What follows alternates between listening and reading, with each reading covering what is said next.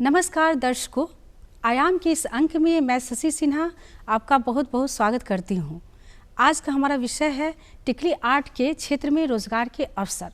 टिकली कला बिहार के प्राचीन कलाओं में से एक है, जिसका बहुत ही समृद्ध और गौरवशाली इतिहास रहा है। ये कला की शुरुआत पटना सिटी में हुई। तो आइए इस विषय पर बात करने के लिए आज हमारे साथ स्टूडियो में मौजूद हैं इस कला के बहुत ही बड़े कलाकार, प्रसिद्ध कलाकार अशोक कुमार विश्वास जी, जिन्होंने देश और विदेश में इस कला के क्षेत्र में अपना परचम लहराया। तो आइए जानते हैं इस बारे में और भी बहुत सारी बातें। आपका बहुत बहुत स्वागत है सर हमारे आज के इस कार्यक्रम में। तो सर, हम सब ये जानना चाहते हैं कि इस कला की शुरुआत कब और कहाँ हुई? टिकुली कला बिहार का बहुत ही पुराना लोक कला है और कहा जाता है कि मौर्य पीरियड से इसका शुरुआत हुआ और पटना सिटी ही इसका मुख्य स्थान रहा है। लघु उद्योग के रूप में पटना सिटी में इस काम को किया जाता था। टिकुली कला का परिचय थोड़ा दे देना अच्छा रहेगा। टिकुली कला इसका नाम क्यों है, पहले क्या इसका स्वरूप था, आज क्या स्वरूप है। टिकुली कला एक्चुअली बिंदी ही बनता था, जिसे बिंदी को हम लोग लोकल भाषा में हम लोग टिकली बोलते हैं। तो पहले कांच का टुकड़ा लेते थे, उस पर गोल्ड फॉइल चढ़ा करके कलाकारी करते थे और पटना सिटी में मुख्य रूप से इस काम को किया जाता था जी। और इसे पूरे देश विदेश में भेजा जाता था। लेकिन बाद में इसमें बदलाव आया, धीरे धीरे इसमें बदलाव आया और आज लकड़ी पर एनामेल पेंट से कलाकारी किया जाता है और उस पर टिकुली पेंटिंग का जो मोटिव होता है उसको उभारा जाता है और देश विदेश में उसको सप्लाई किया जाता है। इससे बहुत सारे लोग जुड़े हुए हैं, बहुत सारे कलाकार इससे जुड़े हुए हैं और नए कलाकार आ रहे हैं। इस काम को हम लोग आगे बढ़ा रहे हैं। एक गौरव की बात है कि बिहार के इस कला को हम लोग पूरे देश विदेश में फैला रहे हैं। साथ साथ बिहार का जो संस्कृति है इस कला के द्वारा हम लोग बाहर भी भेज रहे हैं। जी, बहुत ही अच्छा सर, हम सब ये जानना चाहते हैं कि आपका बचपन कहाँ बीता और इस कला के प्रति आपका इतना रुझान कब और कैसे हुआ? मेरा जन्म डेहरी ऑनसोन में हुआ, जो रोहतास जिला का एक छोटा सा जगह है और वहीं मेरा जन्म हुआ। मेरा पढ़ाई लिखाई भी वहीं हुआ और school, middle school, high school और उसके बाद कॉलेज भी वहीं किए। उसके बाद जब सरकार का सपोर्ट मिला तब फिर पटना शिफ्ट कर गए ताकि इस कला को और आगे हम बढ़ा पाएँ। मेरे परिवार में हम लोग 7 भाई बहन हैं। पिताजी साधारण सा काम करते थे, बिल्कुल एक हॉस्पिटल में सुपरवाइज़र थे, वहाँ का काम करते थे। माँ हाउस वाइफ थी। माँ भी बहुत सपोर्ट करती थी अपना सिलाई से घर को चलाने में। जी। तो हम लोगों का ऐसा था कि मतलब आर्थिक स्थिति बहुत अच्छा नहीं था, तो पिताजी पर हम लोग बहुत ज़्यादा बोझ नहीं डाले। मैट्रिक तक उन्होंने पढ़ाई लिखाई करवाया। उसके बाद फिर जितना भी हम लोग खुद से कमाई करते थे, मतलब शुरू में हम साइन बोर्ड लिखना, बैनर लिखना, ये सब से अर्न करते थे और बाद में टिकुली कला से अर्न करने लगे। तो अपना जो भी खर्चा होता था, पढ़ाई लिखाई हो, जो भी चीज़ होता था, उसका हम लोग खर्चा अपने से उठाएं और इस कला को आगे बढ़ाने में हम लोग। तो उस वक्त से ही आपका रुझान इस तरफ हो गया। कहने का मतलब है कि स्कूल के टाइम से ही, बचपन से ही आपका रुझान रहा। जी। तो सर ये बताएं कि अभी जो वर्तमान समय है तो ये टिकुली कला का अभी का जो स्थिति है वो क्या है? टिकुली कला कुछ साल पहले टिकुली कला कोई भी नहीं जानते थे, लोग इसको नहीं जानते थे। लेकिन इसको आगे बढ़ाने में बहुत सारा मदद मिला, यहाँ का लोगों का मदद मिला, सरकार का मदद मिला, जिसके वजह से आज हम इस कला को देश विदेश में फैला रहे हैं। इंडिया के हर मार्केट में टिकुली कला को भेज रहे हैं, साथ साथ विदेश में भी भेज रहे हैं। टिकुली कला का पहले ये ऐसा था कि डेहरी ऑनसोन से पढ़ाई लिखाई की है, लेकिन मैट्रिक पास करने के बाद पटना आ गए और पटना में बिहार सरकार का शिल्प अनुसंधान संस्थान उस वक्त हुआ करती थी। अभी उसका नाम है उपेंद्र महारथी शिल्प अनुसंधान संस्थान। वहाँ आकर के 1973 में इस कला का ट्रेनिंग लिया। ट्रेनिंग लेने के दौरान मेरे गुरुजी थे लाल बाबू गुप्ता, और ट्रेनिंग लेने के दौरान उन्होंने कहा कि जो काम 1 साल में लोग करते हैं आप 3 महीना में ही उसको कंप्लीट कर लिए। इसका कारण क्या था कि एनामेल पेंट से काम करने का जो आदत है वो शुरू से ही था हम लोगों में, क्योंकि मेरे बड़े भैया का पेंटिंग का दुकान था, वहाँ ट्रेनिंग लिए थे, उनके साथ काम करते थे। तो एनामेल पेंट से काम करने का जो आदत था वो डेवलप हो गया था। अब ब्रश पर कंट्रोल भी था, जिसको 3 महीना में हम पूरा काम को सीख लिया उपेंद्र महारथी संस्थान में। और उसके बाद में फिर संस्थान में ऐसा हुआ कि जो अच्छे कलाकार होते हैं वहाँ पर उनको काम देने लगते हैं। गवर्नमेंट का नियम था कि जो भी अच्छे कलाकार होंगे, जो अच्छा ट्रेनीज होंगे, उनको वो लोग वहाँ पर काम देना चालू करेंगे, ताकि उनको आर्थिक मदद भी मिले, कला को भी आगे बढ़ाया जाए। तो गवर्नमेंट का सपोर्ट मिलने लगा। आर्थिक मुश्किल का सामना तो शुरू से ही करना पड़ा था, तो मुझे पैसा मिलने लगा, तो बहुत एनकरेजमेंट मिला मुझे, और इस कला को बहुत जोर शोर से करने लगे। जब हम यहाँ पर ट्रेनिंग लिए 3 महीना पटना में थे, लेकिन उसके बाद हम वापस घर चले गए और अपने सारे भाई बहन को इस कला को सिखा दिया। उसके बाद ऐसा हुआ, मेरे जान पहचान के बहुत सारे ऐसे लोग थे जो कि बहुत उनको पसंद आया ये कला, तो उनके परिवार को भी हम इस कला को सिखा दिया। इससे फ़ायदा क्या हुआ कि एक ग्रुप बन गया, और हर महीने में बहुत अच्छा क्वांटिटी में इसका प्रोडक्शन करके गवर्नमेंट को दे देते थे। और गवर्नमेंट का पॉलिसी ऐसा था उस वक्त कि जो भी अच्छे कारीगर जो भी काम करके लाएंगे, उनका जो भी है सामान हम परचेज़ कर लेंगे और तुरंत पेमेंट कर देंगे। बहुत अच्छा पॉलिसी था, और बहुत दिन तक ऐसा चलता रहा, जिसकी वजह से काम हम लोग बहुत अच्छे ढंग से करते रहे। 1981 में अचानक मेरे घर में यहाँ का उपेंद्र महाती संस्थान का एक स्टाफ आए, और उन्होंने कहा कि श्रीमती इंदिरा गांधी द्वारा आपके द्वारा बनाया हुआ जो टिकुली पेंटिंग है, इसको सिलेक्ट किया गया है, और 82 में जो एशियाड होने वाला है उसमें 5000 कलाकार एथलीट आएंगे और उनको गिफ्ट किया जाएगा। तो ये मेरे लिए बहुत गौरव का बात था, और तुरंत हम लोग सभी पूरा टीम हम लोग मिल करके उस काम को स्टार्ट किए, और मुझे एक साल का समय दिया गया था, और करीब 20,000 पीस हमें बनाने के लिए दिया गया। तो हम लोग सभी कोई मिल करके, पूरा ग्रुप मिल करके, साथ में हमारे गुरुजी भी साथ दिए थे, और सभी मिल करके हम लोग 20,000 पीस बनाए, और इंडिया में आए जितने भी एथलीट थे सभी को 4 पीस करके गिफ्ट किया गया। ये हमारे लिए बहुत गौरव का बात रहा है, और टिकुली कला के लिए भी बिहार के इस कला को पूरे देश भर में नहीं बल्कि एशियन कंट्री में भी भेजा गया। ये तो बहुत बड़ा हम लोगों को एक्सपोजर मिला। सही बात है सर। तो ये जो कला है इसको बनाने की विधि क्या है, और इसमें सर क्या क्या मटेरियल यूज़ किए जाते हैं? तो जैसे पहले कुछ और यूज़ किए जाते थे। पहले हम शुरू से इसके बारे में बता देते हैं कि टिकुली कला, टिकुली से, बिंदी से आज का जो स्वरूप है, जैसे आज ये स्वरूप है इसका, आज जो ये है इस तरह का चीज़ बनाया जाता है। हाँ, आज इस तरह का चीज़ बनाया जाता है, डेकोरेटिव प्लेट के रूप में है, वॉल हैंगिंग है, कोस्टर है, ट्रे है, उसके बाद पेन स्टैंड है, बहुत सारा यूटिलिटी आइटम हम लोग बनाते हैं, ताकि ज़्यादा से ज़्यादा इसका प्रचार प्रसार हो सके, ज़्यादा से ज़्यादा लोग इसको खरीदें और टिकुली कला को लोग जानें। तो इसको बनाने का सबसे पहला तरीका है, सबसे पहले क्या होता था कि टिकुली बनाते थे, बिंदी बनाते थे, या बिंदी के रूप में उसका इस्तेमाल होता था, और कहा जाता है कि मौर्य पीरियड से ये काम चलता आ रहा है, और मुग़ल पीरियड में इसको काफ़ी बढ़ावा मिला। मुग़ल पीरियड में पटना सिटी में करीब 5000 कलाकार ऐसे थे जो इस काम को करते थे, और सभी को मिल करके इस काम को करते थे, और बाहर भी भेजते थे, इंडिया से बाहर भी जाता था और देश भर में भी जाता था। सर और भी दिखाएंगे? और भी जो पेंटिंग, और जैसे इस तरह का जो ये है, जैसे इस तरह का पेंटिंग हम लोग करते हैं, ये है जी। उसके बाद फिर ये हीट प्रूफ और वाटर प्रूफ होता है, हम लोग ऐसे बनाते हैं, एनामेल पेंट का इस्तेमाल करते हैं, और हीट प्रूफ और वाटर प्रूफ है ये। तो इसका हम लोग ये करें, सबसे ज़्यादा पूरे वर्ल्ड में सबसे ज़्यादा डिमांड इसी कोस्टर का है।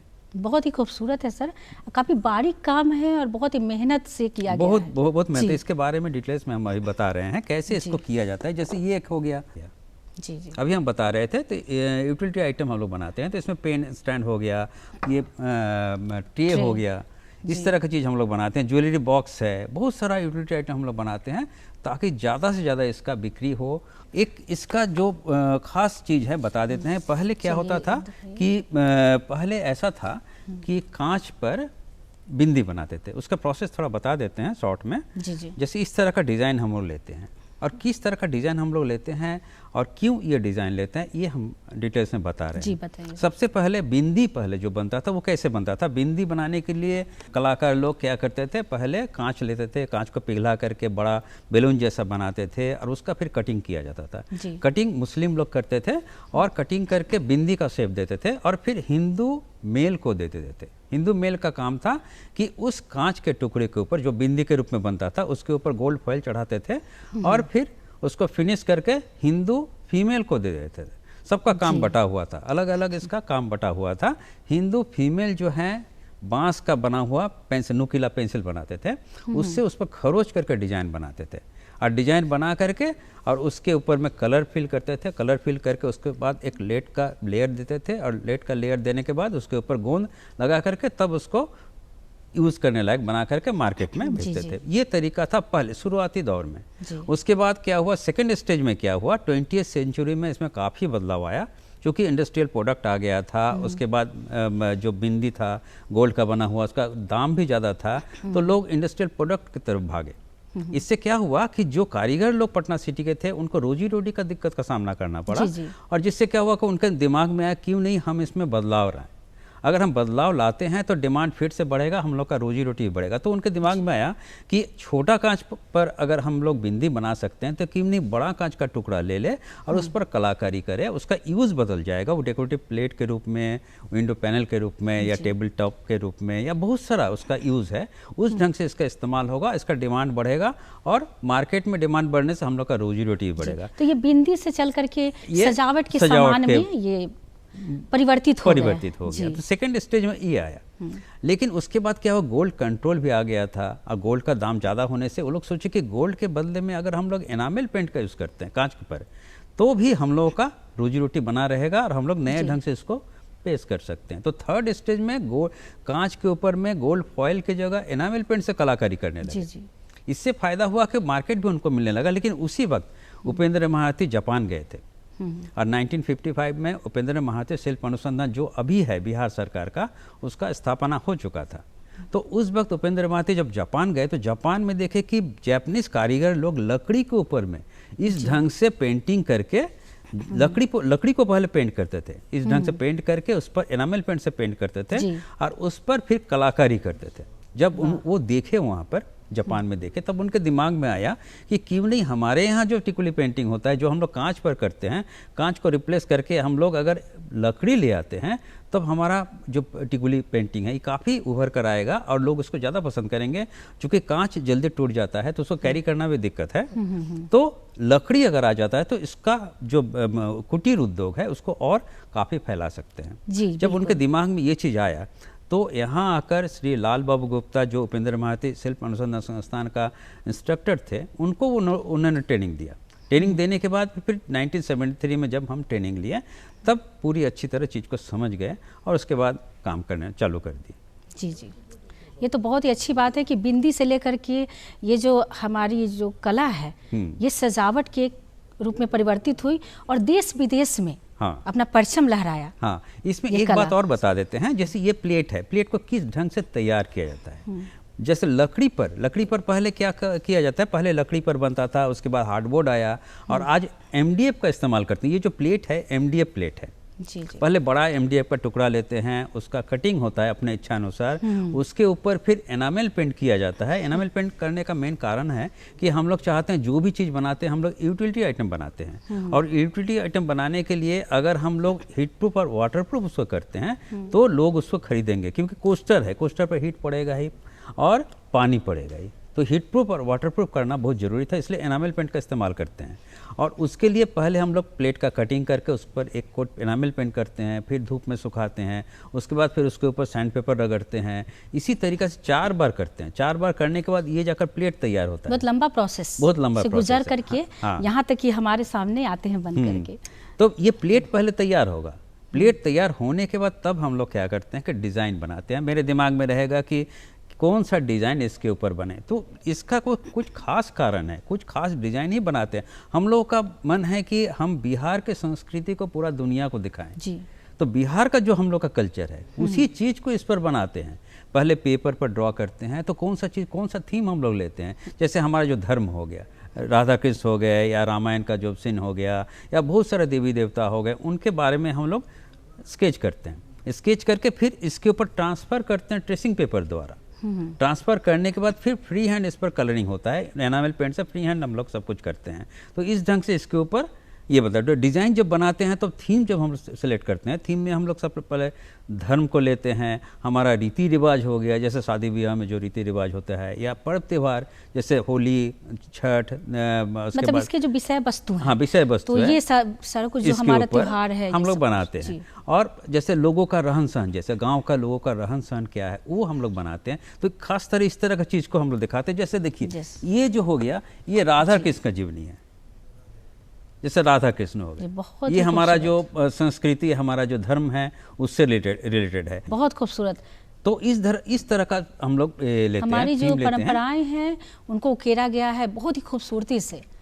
यही तो इसमें हम लोग इनामिल पेंट द्वारा इस चीज़ को करते हैं। इनामिल पेंट से काम करना बड़ा टफ होता है जी जी। और बहुत आसान है, क्योंकि 000 ब्रश का इस्तेमाल करते हैं। इनामिल पेंट से और 000 ब्रश से काम करना बड़ा टफ होता है, फिर भी उस काम को हम लोग करते हैं, क्योंकि इनामिल पेंट से इतना बारीक पेंटिंग कहीं सुने नहीं है। और एक खास कारण है इनामिल पेंट से करने का कि इसको हम दूसरे पेंटिंग से बिल्कुल भिन्न दिखाना चाहते हैं। और हमारा जो टिकुली पेंटिंग है इसका खास एक पहचान है, क्योंकि इसका अपना पहचान है। और ये जो थीम हम लोग लेते हैं, जिस स्टाइल में हम लोग बनाते हैं, इसका कुछ कारण है। हम लोग पटना कलम जो है, जो बिहार का एक बहुत मतलब खास मतलब पेंटिंग रहा है, बहुत खूबसूरत पेंटिंग रहा है, उससे काफ़ी इंस्पायर्ड थे हम लोग। जी जी। मधुबनी पेंटिंग जो बिहार का बहुत ही फेमस पेंटिंग है, उससे इंस्पायर्ड है। अब प्लस उपेंद्र माथे जब जापान गए थे, वहाँ देख कर आए थे किस टेक्निक से इस लकड़ी पर पेंटिंग किया जा रहा है। मधुबनी पेंटिंग में और जैसे टिकली कला है, हाँ। तो ऐसा देखने में थोड़ा समानता लगता है। हाँ। तो इसमें क्या अंतर है सर? हाँ, एकदम सही सवाल है आपका, क्योंकि देखिए मधुबनी पेंटिंग से इंस्पायर्ड है, तो कुछ तो उसके जैसा लुक तो रहेगा। जी जी। कुछ रहेगा, पूरा का पूरा नहीं, थोड़ा सा मतलब 5% मधुबनी पेंटिंग जैसा लुक रहेगा। मधुबनी पेंटिंग में जैसे फिगर को बनाते हैं थोड़ा बड़ा रहता है, हम लोग का फिगर बिल्कुल छोटा रहता है। जो भी फिगर हम लोग बनाते हैं उसमें ह्यूमन बॉडी का जो फॉर्मूला है, जो प्रोपोर्शन होना चाहिए, उसको हम लोग मेंटेन करते हैं। मिनिएचर टाइप का हम लोग का पेंटिंग है, बिल्कुल डिफरेंट है। दो अगर एक मधुबनी पेंटिंग रखते हैं, बगल में टिकुली पेंटिंग रखते हैं, दोनों को देखने पर लगेगा बिल्कुल अलग है। इसका अपना एक पहचान है, इसमें इसका बिल्कुल मतलब समझ लीजिए दूसरा कोई पेंटिंग से उसका नकल नहीं है। और मधुबनी पेंटिंग से इंस्पायर्ड है तो उसके जैसा लुक है। पटना कलम का लुक है थोड़ा बारीकी में, और जापानीज टेक्निक का इसमें समावेश है, जिसकी वजह से इसको अलग इसका पहचान बना करके हम लोग इसको आगे बढ़ा रहे हैं। जी, तो सर मैं ये जानना चाहती हूँ कि ये यहाँ तो बहुत प्रसिद्ध है हमारी इंडिया में, लेकिन विदेशों में भी बहुत प्रसिद्ध है जी। तो इस बारे में कुछ आप मुझे बताएं। देखिए, सरकार के तरफ से 4 बार मुझे इंडिया रिप्रेजेंट करने का मौका मिला जी। बहुत तो इसमें सबसे पहला जो मेरा एग्जीबिशन हुआ था साउथ कोरिया में, सियोल में हुआ था। तो इंडिया से हम लोग 15 लोग गए थे, पूरे इंडिया से 15 लोग का सिलेक्शन हुआ था, और बिहार से हम अकेले थे। तो जब वहाँ पर एग्जिबिट करने लगे, जब लोग आए देखने के लिए, इतने सारा मतलब लोग आए, इतना भीड़ हुआ, इतना ऑर्डर हमको मिला, तो लगा कि हाँ, हम जो काम कर रहे हैं वो बिल्कुल सही कर रहे हैं। और सरकार के तरफ से हमको जो भेजा गया बिल्कुल सही मेरा सिलेक्शन हुआ है। यहाँ आकर के उसका प्रोडक्शन हम डबल कर दिए। वाह, बहुत अच्छा हमको मतलब वहाँ से रिस्पांस मिला। रेगुलर बेसिस पर हम कई साल बहुत मांग बढ़ गई विदेशों में, बहुत मांग बढ़ गई। और उसके बाद फिर जाकर के सेकंड जो मेरा एग्जीबिशन हुआ, वो सार्क कंट्री का इंटरनेशनल ट्रेड फेयर था भूटान में, थिम्पू में। तो यहाँ मेरा ऐसा था, जीवन का सबसे अच्छा एक्सपीरियंस रहा है, क्योंकि हम जितना भी सामान लेकर गए थे वहाँ से एक पीस भी हम लौटा कर नहीं लाए। ये सबसे अच्छा एग्जीबिशन रहा है मेरे ज़िंदगी का। और इतना अच्छा रिस्पांस रहा कि कई साल तक लगातार हम सप्लाई करते रहे, और उसी का असर है कि आज इतने सारे लोग इसके साथ जुड़े हुए हैं। थर्ड टाइम जब हम आए यहाँ, तो थर्ड टाइम मेरा सिलेक्शन हुआ यूरोप के लिए, स्पेन गए। स्पेन में जब हम गए तो वहाँ पर सिर्फ एग्जीबिशन था, सेल नहीं था, लेकिन इतना अच्छा मतलब रिस्पांस रहा कि लगा कि हाँ, इस काम को कर रहे हैं। अब एक अपने आप में एक गर्व फील कर रहे थे। बात है सर, सही बात है कि हम इस काम को कर रहे हैं। और फोर्थ टाइम हमको मॉरिशस भेजा गया। मॉरिशस में वहाँ का जो इंडस्ट्री है, वहाँ एक ऑफ़र मिला हम लोगों को कि हमारे यहाँ आप रुक जाइए और यहाँ के लोगों को ट्रेनिंग दीजिए और टिकुली क्राफ्ट में पारंगत कीजिए, ताकि हम लोगों का यहाँ पर इसका प्रोडक्शन हो और विदेश से जो टूरिस्ट लोग आएंगे उनको हम गिफ्ट करें। तो ये मेरे लिए बहुत गौरव की बात है सर। और इस तरह से ये विदेश में भी उतना ही प्रसिद्ध है जितना हमारे यहाँ। हाँ, हमारे भारत में। हाँ, भारत में डोमेस्टिक मार्केट इसका बहुत ही अच्छा रहा है जी। तो मैं ये जानना चाहती हूँ कि इसके प्रोत्साहन के लिए क्या क्या कदम उठाए गए हैं सर? तो शुरू में मेरा ये था कि मैं 73 से ट्रेनिंग लिए और लगातार 84 तक एक दिन भी बिना बैठे हुए इस काम को हम लगातार करते रहे, और मेरा पूरा परिवार इस काम को किए। लेकिन 84 के बाद गवर्नमेंट का कुछ पॉलिसी था कि जितने अच्छे कारीगर होंगे उनको प्रोमोट किया जाएगा, उनको मार्केटिंग सपोर्ट हम लोग देंगे, गवर्नमेंट का पॉलिसी था। लेकिन 84 के बाद पॉलिसी में बहुत सारे चेंजेस आ गया, जिसकी वजह से मार्केटिंग सपोर्ट नहीं मिलने से क्या हुआ कि जितने भी कलाकार थे जो इस काम से जुड़े हुए थे वो लोग सारे काम को छोड़ दिए। और चूँकि मेरा लगाव था, शुरू से ही पेंटिंग के प्रति लगाव था, तो हम क्या किए कि इस कला को घर घर जाकर सिखाने लगे, ट्रेनिंग देने लगे। तो ट्रेनिंग देते देते 1984 के बाद 95 में 11 साल के बाद डीसी हैंडीक्राफ्ट मतलब मिनिस्ट्री ऑफ टेक्सटाइल का पूरे इंडिया में ऑफिस है, जितने भी हैंडीक्राफ्ट का आइटम है उसको लोग बढ़ावा देते हैं। तो वहाँ का असिस्टेंट डायरेक्टर हमको इस काम करते हुए देखे और वो सोचे कि ये तो डाइंग आर्ट के रूप में जाना जाता था, आज भी ये जिंदा है। रीजनल ऑफिस कलकत्ता भेजा गया मुझे, उसके बाद दिल्ली भेजा गया, कमिश्नर से मिले और कमिश्नर साहब मुझे प्रॉमिस किए कि आप इंडिया में जितना भी अच्छा एग्जीबिशन होगा उसमें आपको पार्टिसिपेट करने का मौका दिया जाएगा और इस काम को आप जिंदा कीजिए, आगे बढ़ाइए। तो उसके बाद हम सोचे कि इस काम को अगर आगे बढ़ाया जाए, क्योंकि 1973 से लेकर के 93 तक हम खुद अपने हाथ से सारा कटिंग करते थे, सारा काम खुद अपने हाथ से करते थे, करीब 25,000 पीस हम खुद बनाए थे उस वक्त तक। लेकिन हम सोचे कि अगर हम खुद बनाएंगे तो अकेले कितना काम कर पाएंगे, कितना इसको आगे बढ़ा पाएंगे। तो मेरे दिमाग में क्यों नहीं इस कला को रोजी रोटी से जोड़े, हम कला को भी आगे बढ़ाएं और रोजगार भी दें। अगर ऐसा होता है तो इस कला को बहुत आगे हम बढ़ा सकते हैं। तो इस हालत में हम क्या किए कि दीघा में मेरा एक ऐसा सेंटर खोले हैं जहां हम बोले कि फ्री ऑफ कॉस्ट हम ट्रेनिंग देंगे और जितने भी गरीब महिला लोग हैं आकर इसका ट्रेनिंग लें। तो समझ लिए सैकड़ों की तादाद में लोग आए हैं, इसका ट्रेनिंग लिए और सबको हम रोजी रोटी दिए, सबको काम दिए और हमको लगातार ऑर्डर मिलता रहा, गवर्नमेंट का पूरा सपोर्ट रहा और हमको लगातार अब ऑर्डर मिलने से क्या हुआ कि लोगों को काम लगातार हम देते रहे।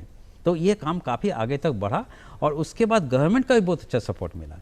अभी के समय में जैसे उपेंद्र महाती शिल्प अनुसंधान संस्थान में फ्री ऑफ कॉस्ट ट्रेनिंग दिया जाता है, मतलब गुण होती ये जो कला है। हाँ, इसको गवर्नमेंट का बहुत अच्छा सपोर्ट मिल गया, इसको रोजगार के रूप में मतलब काफ़ी बढ़ावा मिला और इस तरह से जो हमारी युवा पीढ़ी भी आने लगी इसमें। बिल्कुल बिल्कुल बहुत लोग इसके साथ मतलब जुड़ रहे हैं।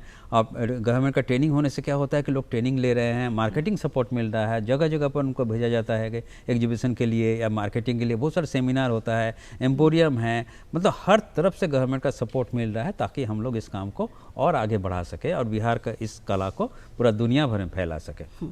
तो अभी जो युवा पीढ़ी है इस कला को अपना करके अपना जो वो जीवन यापन के लिए इस कला को अपनाना चाह रही हैं और अपना करके किस तरह से लाभ कमा रही हैं सर? जैसे अभी आपको बताया, जैसे बहुत सारे लोग इसके साथ जुड़ रहे हैं, गवर्नमेंट का सपोर्ट है, तो इससे फायदा क्या हो रहा है कि पहले इसका प्राइस बहुत कम था लेकिन अभी प्राइस बहुत अच्छा हो गया। जितना मेहनत है, जिस हिसाब से मेहनत करते हैं उस हिसाब से हम इसका प्राइस कर सकते हैं, फिक्स कर सकते हैं। उससे क्या होता है, इसका जो ये है प्राइस अच्छा हो जाने की वजह से बहुत सारे लोग इसके साथ जोड़ रहे हैं, अच्छा आमदनी भी कर रहे हैं।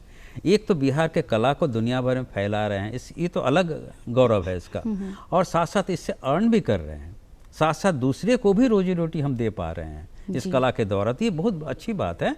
तो गवर्नमेंट का भी बहुत सपोर्ट रहा है, साथ में बहुत सारे एनजीओ हैं, बहुत सारा प्राइवेट संस्था है जो आगे आकर के हम लोग को पूरा सपोर्ट कर रहे हैं कि इस काम को आप लोग कीजिए और हम लोग आपको सपोर्ट कर रहे हैं। तो इससे ये जो कला है काफ़ी आगे बढ़ा हुआ है और नए नए लोग इसके साथ जोड़ रहे हैं। एज का कोई ये नहीं है, बिल्कुल बच्चे से लेकर के एजेड लोग भी इसके साथ जोड़ रहे हैं। और हर साल, जैसे हर साल हम, मेरा एक ये है कि 200 लोगों को हम खुद ट्रेनिंग देंगे जी। तो आपके सेंटर अलग सेंटर, उसमें हर उम्र के लोग आ रहे हैं जी। और इसको जिंदा रखने के लिए तो जरूरी है खासकर हमारे युवा आए आगे और इस कला को अपनाएं। जी। यही मेरा मकसद है कि लोगों को हम ट्रेनिंग दें और इस कला के प्रति उनका जो रुझान है उसको हम रखें और साथ साथ इस कला को हम आगे बढ़ाएं। तो सर आपको बाहर में विदेशों में बुलाया गया, सम्मानित किया गया, बहुत सारे अवार्ड भी दिए गए। जी। तो इस बारे में कुछ देखिए, अवार्ड मिलने से क्या होता है कि ये पता चलता है कि हम जो काम कर रहे हैं सही कर रहे हैं, सही दिशा में हम जा रहे हैं। तो मुझे 2007-8 में स्टेट अवार्ड मिला, 8-9 में नेशनल लेवल का कलाश्री अवार्ड मिला। उसके बाद बहुत सारा संस्था है हमको सम्मानित किए। पिछला साल हमको ministry of culture, government of India के तरफ से गुरु शिष्य परंपरा के लिए सम्मानित किया गया कोलकाता में। तो ये मेरे लिए बहुत गौरव का बात है कि इस तरह का सम्मान मुझे मिल रहा है और इस काम को आगे बढ़ाने के लिए प्रोत्साहित किया जा रहा है। तो इसके लिए बहुत गर्व फील करते हैं कि हम इस काम से जुड़े हुए हैं। सच में ये बहुत ही गर्व की बात है हमारे देश के लिए और पूरी दुनिया के लिए भी। और सर आप यहाँ पर आए और चलते चलते मैं ये कहना चाहूँगी कि चलते चलते हमारी युवा पीढ़ी को आप क्या संदेश देना चाहेंगे जो रोज़गार के लिए इसको अपनाना चाहती हैं, इस कला को? मेरा कहना है जो भी यंग जनरेशन है, अगर आपको कला के प्रति रुझान है और आप चाहते हैं कि हमारा जो बिहार का संस्कृति है पूरा दुनिया भर को दिखाएं, तो आप आगे आइए और फ्री ऑफ कॉस्ट ट्रेनिंग लीजिए। हम ट्रेनिंग देने के लिए तैयार है, आपको कैसे आगे बढ़ना है उसके लिए हम गाइड करने के लिए तैयार है। और आप लोग आगे बढ़िए और इस कला को अपनाइए और पूरा दुनिया भर में अपना भी नाम रोशन कीजिए, साथ साथ हमारे बिहार का नाम भी रोशन कीजिए। जी जी। तो सर आप यहाँ आए और इतनी महत्वपूर्ण जानकारियाँ दी हमारे दर्शकों को, तो इसके लिए आपका बहुत बहुत धन्यवाद। धन्यवाद। आज के लिए बस इतना ही। अगले अंक में हम फिर मिलेंगे एक नए विषय और विशेषज्ञों के साथ। तब तक के लिए मुझे और मेरी पूरी टीम को दीजिए इजाज़त। नमस्कार।